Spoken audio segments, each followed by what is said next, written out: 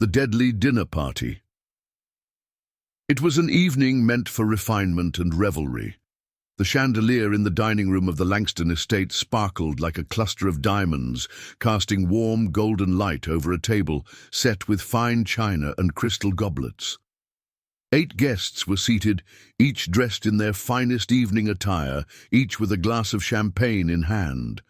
They toasted to the occasion, the engagement of their host, Victoria Langston, to the dashing and mysterious Alexander Gray. "To love and happiness," Victoria said with a radiant smile, her emerald eyes scanning the table.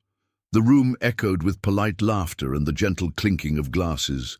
But beneath the surface of civility, tensions simmered. Among the guests were old flames, envious rivals and secret foes, each harboring their own grievances and secrets. As the first course was served, a creamy bisque with a hint of saffron, the conversation flowed effortlessly, peppered with sly remarks and veiled jabs. It wasn't until the main course, a succulent beef Wellington, that the mood shifted. Alexander, seated at the head of the table opposite Victoria, lifted his fork, but paused as he took his first bite. He winced, clutching his throat. "Alex." Victoria's voice broke the growing silence, her smile fading. "Are you all right?" But Alexander couldn't answer. He staggered back from his chair, gasping for air, before collapsing to the floor. The room erupted in panic. Several guests rushed to his side, but it was too late. His lifeless eyes stared at the ceiling above. "He's dead," muttered Gregory Palmer, a longtime family friend, his hand trembling as he checked Alexander's pulse. Victoria let out a strangled cry, collapsing into her chair. Her pristine white gown was now smeared with a few drops of wine she had spilled in the chaos.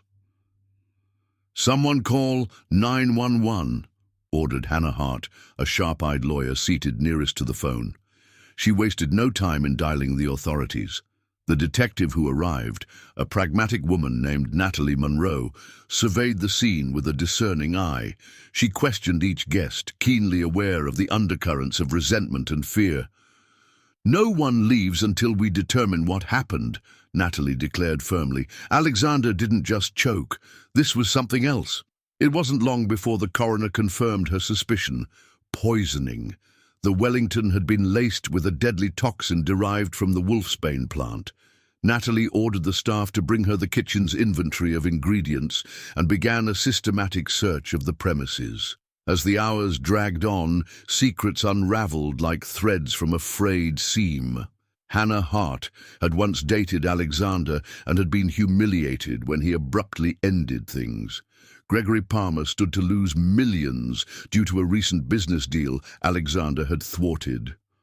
Victoria's younger sister, Charlotte, had always resented her for monopolizing their parents' affections.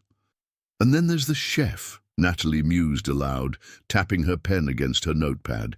"Every ingredient that went into the Wellington passed through his hands."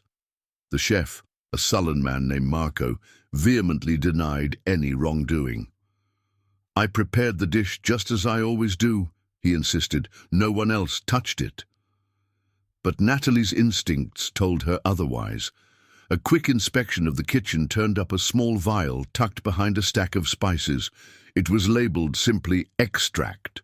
With the guests gathered in the parlor, Natalie revealed her findings. "The poison was added after the dish left the kitchen," she said, pacing slowly.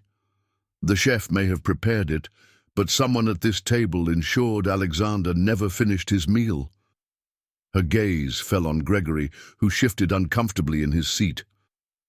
"You were seen stepping into the kitchen earlier this evening, weren't you, Gregory?" "I only went in to retrieve a bottle of wine," he stammered. "Wine that conveniently wasn't served," Natalie countered. "And then there's your financial motive." Gregory opened his mouth to protest, but was cut off by a sharp laugh. All eyes turned to Hannah. "Oh, Gregory couldn't plot his way out of a paper bag," she said with a smirk. "But you're right, Detective. The poison wasn't meant for Alexander." Victoria gasped. "It was meant for her," Hannah continued. pointing a manicured finger at Victoria, that Wellington was supposed to be hers. Alexander, ever the gallant fool, must have switched plates. And you were the one who ensured it happened, Natalie said, finishing the thought. You couldn't stand the idea of Victoria finding happiness when you couldn't. Hannah's smirk faltered, replaced by a look of cold resignation. Well, I suppose that's checkmate, detective. As the police led Hannah away, the room fell into an uneasy silence. The engagement that had begun with champagne and laughter ended in heartbreak and betrayal. And for Victoria, the memory of her deadly dinner party would haunt her for the rest of her days.